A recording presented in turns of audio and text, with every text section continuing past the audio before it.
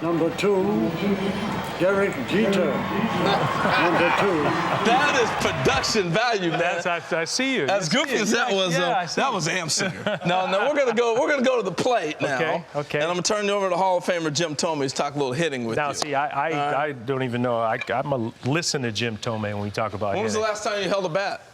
I've held one because I've signed one, but I have not swung a bat since my last game. We're not going to talk mechanics, and we're not going to hit. Thank you. Okay, so one of the things for me that I admired the way you played, and from being in the box and watching you at third base, watching you at first base later in my career, I was always amazed at how you hit the ball to right field. What we're going to do, we're going to go through some of the things, different pitches, where they were at, and how you stayed inside the ball. Here you are in '96, ball's in the middle, and you stay through the ball and rifle it off that short porch in right center. There was a ball middle in the old Tiger Stadium, and you shoot the ball down the right field line. Here's in Kansas City in 2012, same thing. Ball's coming in inside. Again, I was amazed for many years thinking, was it predetermined that you were going the other way? And, kind of what was your game plan? Or did somebody say something to you as a young kid that you had this approach? Because all around baseball, people used to talk about, man, he'll beat you this way, stay that way. It was predetermined that I was going to stay inside the ball. For me, I wasn't good enough to guess pitches. I looked for one pitch, every at-bat, every pitch, fastball right down the middle. Yeah. That's it. I mean, if you go back and look at highlights of pitches about to hit me in the chest, it's because I knew they were going to pitch me in. So I'd look for it in, and I'd swing at it no matter what. If I happened to look for a slider, as soon as I saw it, I would swing. So I'd look fastball down the middle every single pitch, and my approach was to stay to right center field. Absolutely. And the reason why I would do that, I would stay inside the ball. So then I felt as though I was tough to pitch to, because it gives you more time.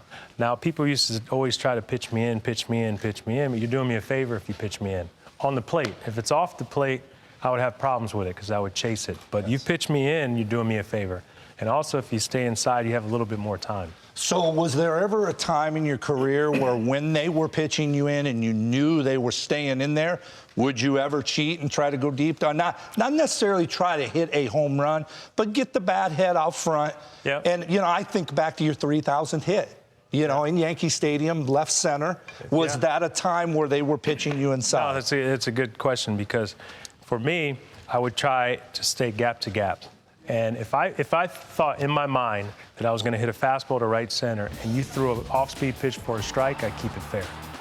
Now, if you threw me a fastball and I was trying to pull it, you can't keep an off-speed pitch fair. You're just going to pull it foul. Yeah. So I felt as though you talk about a 3,000 hit off Price, it was a breaking ball. There you go. And I pulled it. And you talk about, I know Al's here. Al Leiter, I hit a home run off Al in the World Series. Just want to mention that. Why are you calling Al out? Yeah, I just want to mention that, Al. We talk, but it's not about that. Yeah, but it was a changeup.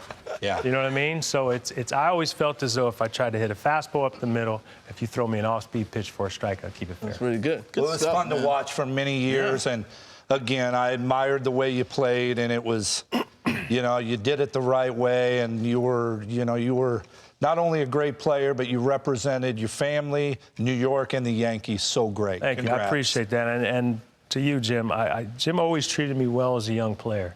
And I remember getting to first base, and everyone struggles at times. I get to first base, and Jimmy would, when he was going through a rough patch, he'd always say, "Gee, where does it go?" I'm like, Jimmy, I'm coming to you for an answer. I can't help you out with this, man. Well, so on that, I would get to second base, and for many years, you would walk up behind me and you'd go, "Man, you can hit." I go, no, you can hit. So it was fun. That's pretty good. Well, that's pretty good. I like the Bob Shepard thing, too. Why did you keep that alive for so many years? I was a Yankee fan growing up, and I said it at the time. Bob Shepard's voice was as much a part of Yankee tradition and history as any player that played the game.